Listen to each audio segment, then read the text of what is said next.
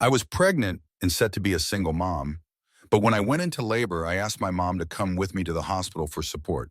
She refused and told me to figure it out because she wanted to visit my golden sister, her top priority, as she got ditched by her boyfriend of weeks.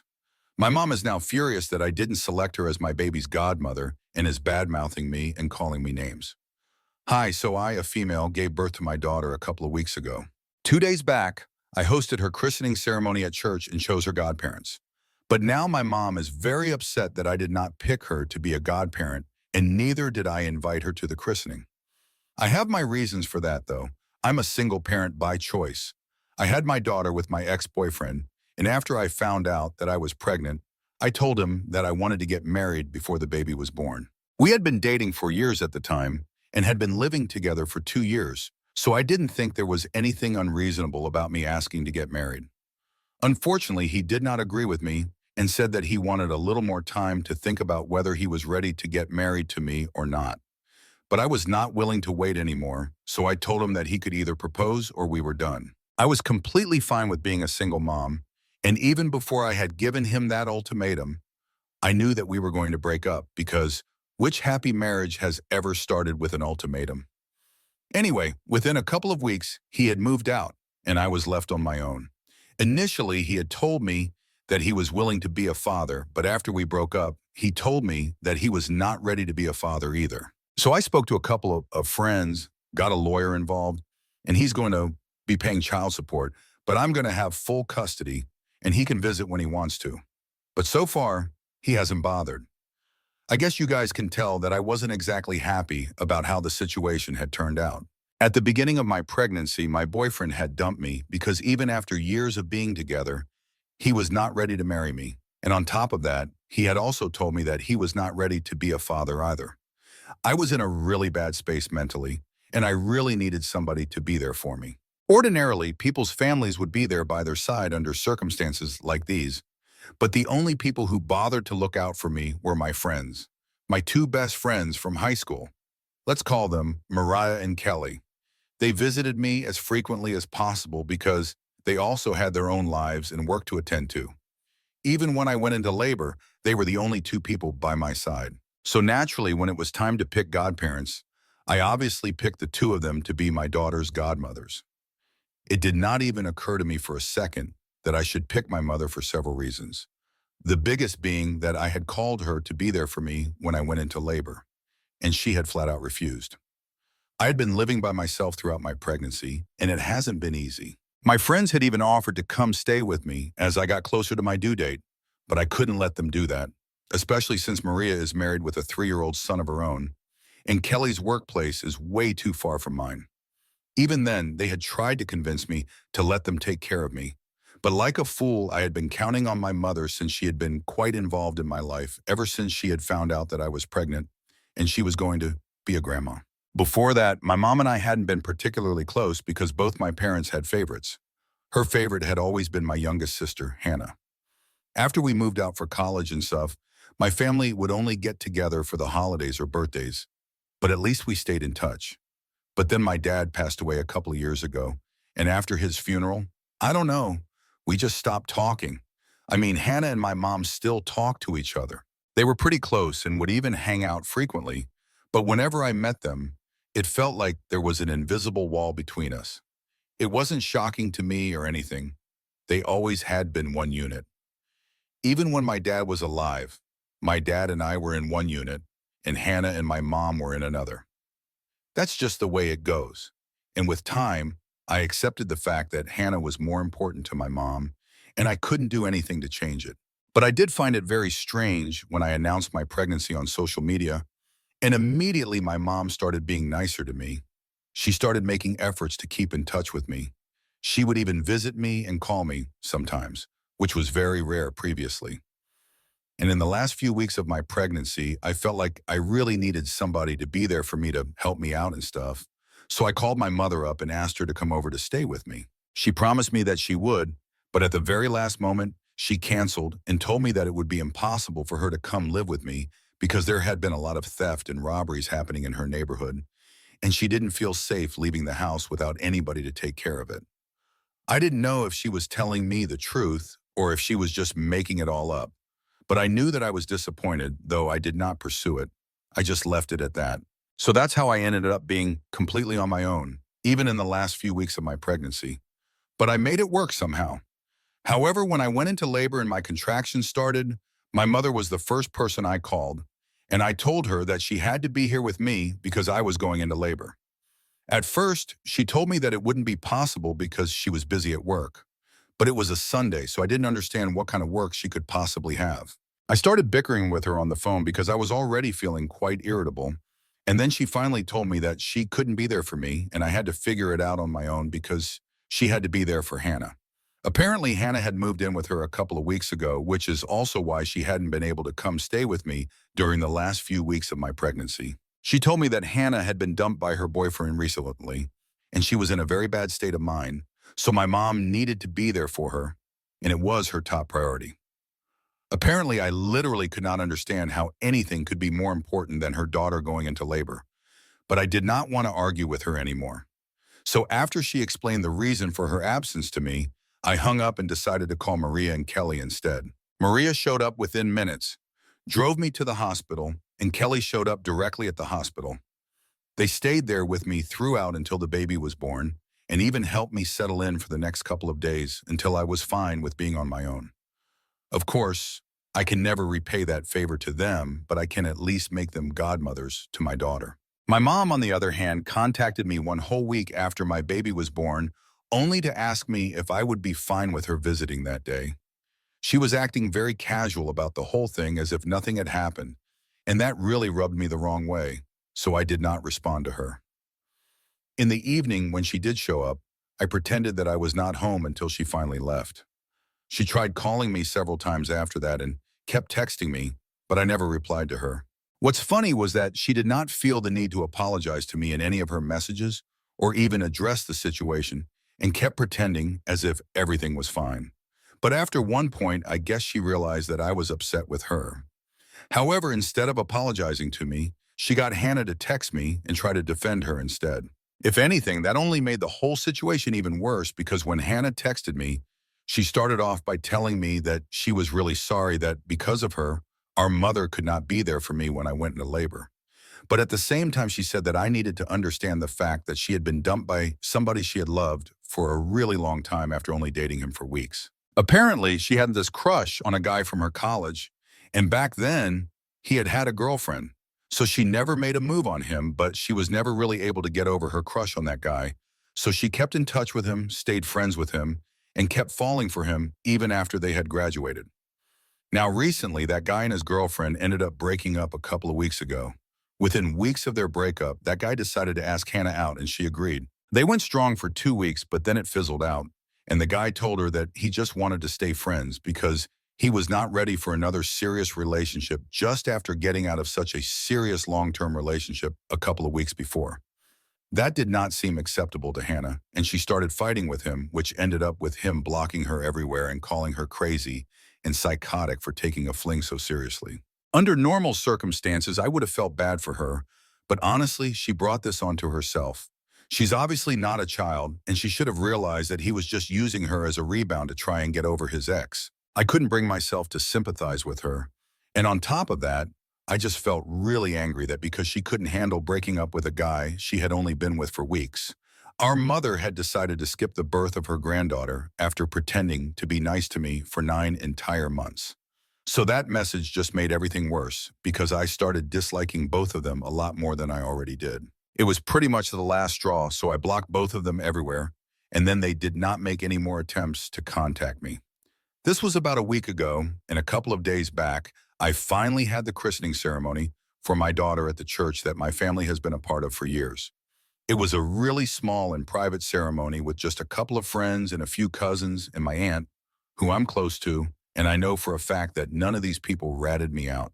So it must have been somebody from the church who told my mom about the christening ceremony and the fact that I had named my daughter's godmothers, and she obviously hadn't made the cut. Anyway, I'm guessing one of the women from the choir must have told her because she knows them. I don't know who it is, but I'll make sure that I report them because that was totally unnecessary and it has caused a lot of drama. The day after the christening, after she found out, my mom visited me, And even though I pretended that I was not at home, I guess she figured out that I must have been on maternity leave and refused to leave even after half an hour of standing right outside my door. She just kept ringing the doorbell over and over again, and I was trying to get my daughter to sleep, so it started to get annoying. After a while, I decided to open the door and finally talk it out with her, so that at least she would leave me alone. When I opened the door, she confronted me about not being invited to the christening and not being named the godmother. And I told her that I had already made my decision, and there was nothing that she could do to change it. So we had a bit of an argument. She tried to explain to me that she was only trying to be there for Hannah because obviously she was going through something. She said that at least I had my friends by my side, whereas Hannah could not even share her issues with her friends because they had specifically asked her not to go out with that guy, and she still had, so she knew that they were not going to sympathize with her. She only had our mom to speak to at the time, and she was doing really badly, which is why she had literally moved in with my mom, because she couldn't bear to stay alone. And being in the older sister, my mom told me that I should have been more understanding instead of being so heartless and self-centered. But like I said, I had no sympathy for Hannah because I knew that she had been extremely stupid, and I told my mom the same thing. And neither did I have any sympathy for my mom because she had made her choice when she refused to be there for me when I went into labor, or actually even before that, when she refused to honor her commitment and come to stay with me in the last few weeks of my pregnancy. Then, before the argument could go on further, I shut the door and I told her to leave because I had to take care of my baby and I could not waste my time arguing with her over pointless things like this. She eventually left, but now I've heard from a couple of my relatives that she's been bad-mouthing me and calling me names on social media and has been posting about how evil and self-centered I am. I have blocked her, so I can't see those posts, but I've seen the screenshots, and I can tell that she's upset. A couple of my relatives have reached out to me to tell me that maybe I should just talk to Hannah and my mother, and while on the inside I don't really feel like I've done anything wrong, I feel like I need to get a second opinion because, due to my pregnancy, I have to admit I've become a lot more emotional and irritable. So did I make the right call? Am I the a-hole for not inviting my mom to the christening of my daughter, or naming her godmother because she refused to be there for me when I went into labor and stayed with my sister instead? Edit. So here are the posts she made, since some of you wanted to see exactly what was being said. The first post she made was this: I've done everything in my power to be a good mother to both my daughters. But I guess some people just can't see that. I can't be everywhere all at once. That's true. So I chose to be there for the daughter who did not have anybody else by her side while she was dealing with the worst kind of heartbreak. And I guess that makes me the biggest villain in the world.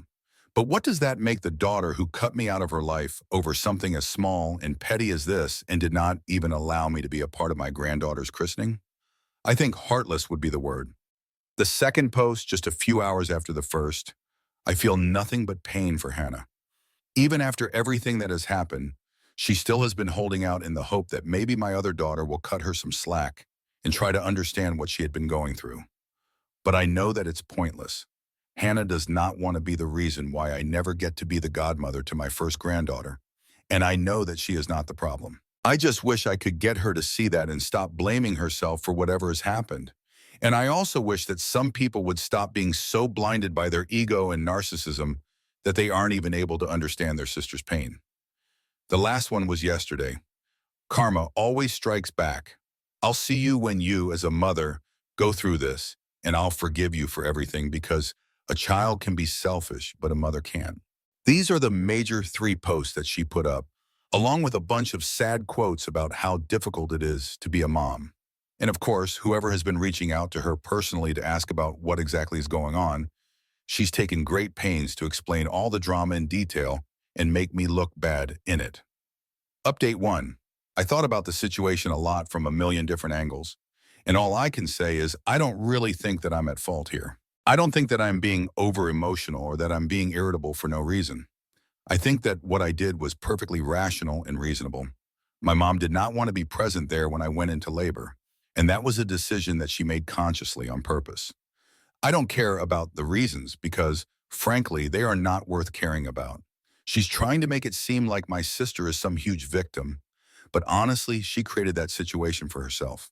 The fact that even her friends had told her not to go out with that guy because they knew that he was just using her as a rebound, but she went ahead and allowed herself to be used like that.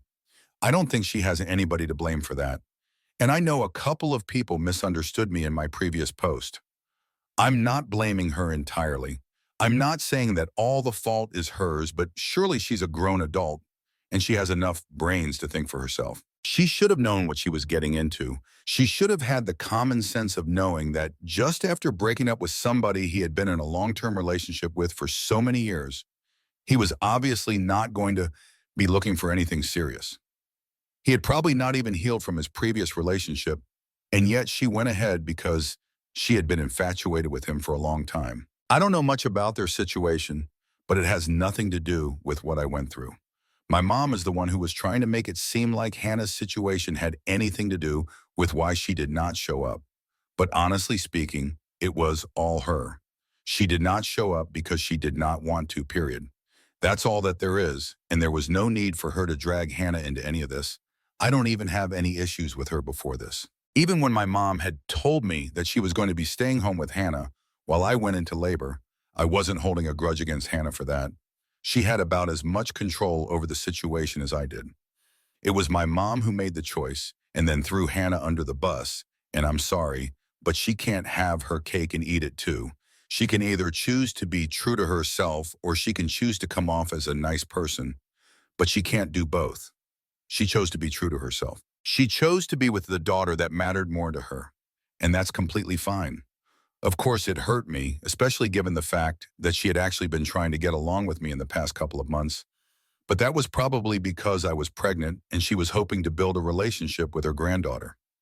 I had allowed my expectations to get high in spite of knowing the truth that when it really came down to it, my mom preferred Hannah and not me. So that one's on me.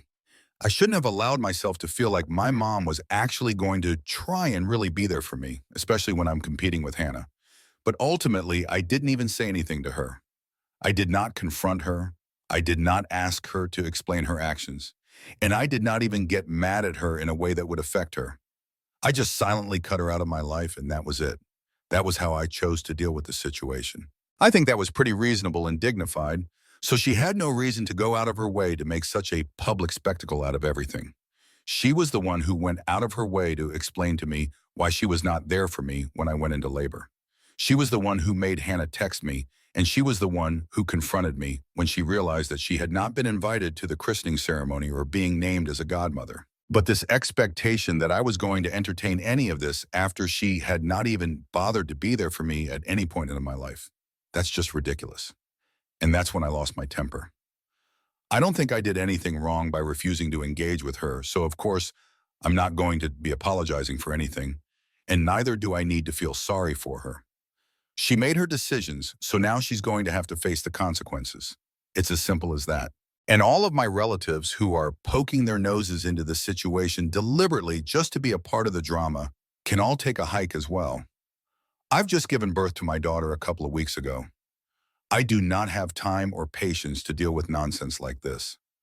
I told all of them that I don't want to hear anything to do with my mom, and even if she makes 1,000 more posts, I still won't care, and I don't think that I need to explain myself either. I've done whatever I thought was appropriate, and if people don't like that, tough luck.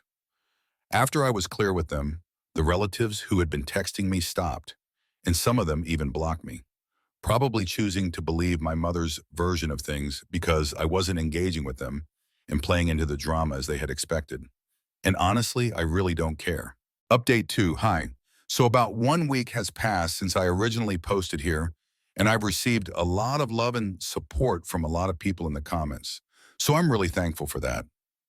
At a time when my own family has turned their backs on me, I think this means a lot more to me, and I'm truly grateful. Anyway, now that a week has passed and I have not responded to any of the posts that my mother has made, I guess she has realized that she's not going to get anything out of trying to create drama on social media, except for fake sympathy from other relatives. She doesn't stand to gain anything, so she has taken down all those posts, and this morning she decided to pay me a visit again. Even though she knows that I don't want to see her, I think I've made that pretty clear, but she just doesn't seem to want to take the hint. And on top of that, today she brought Hannah along with her as well. And when I refused to open the door, They told me that they wanted to apologize to me, but I was in no mood because I knew that even if I do open the door and they apologize to me, they would eventually want to clear the air and stuff, and that would mean discussing everything that had happened. And I did not have the emotional or physical energy for that because dealing with a newborn is not exactly a walk in the park. So I told them that I really wanted them to leave because I was not in the correct state of mind right now.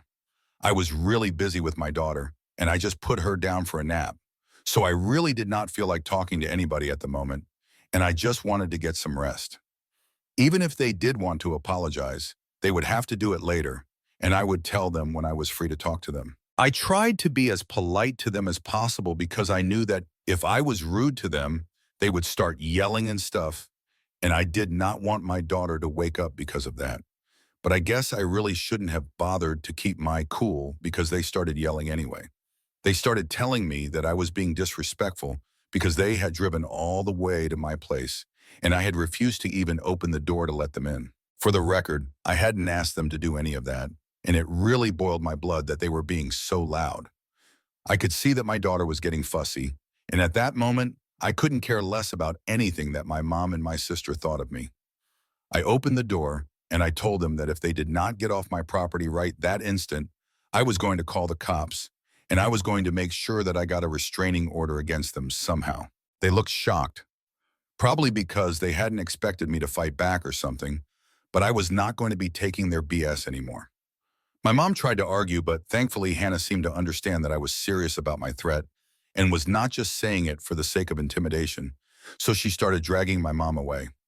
But even while she was leaving, she did not stop cursing at me and calling me names. It doesn't matter though, because now she's gone, and I bet that she's going to think twice before showing up again. Even if she does, I'll call the cops before anything happens because I'm really done with them. Today, I didn't do it because I didn't want to take it to extremes and take such a drastic step. But next time, I'm not going to hesitate because right now it's becoming a problem for my daughter. And anything that becomes a problem for my child, I'm not going to tolerate it. At least in this way, I am not like my mom because even though she doesn't really care about me, she's like this with Hannah. So I hope that she understands what I'm doing and why I'm doing it and stays the heck away from us. Update 3. Hi. I know that I've been missing in action for a really long time now since my last post was almost months back. But in my defense, I have been quite busy. Anyway, life's been going pretty great for me.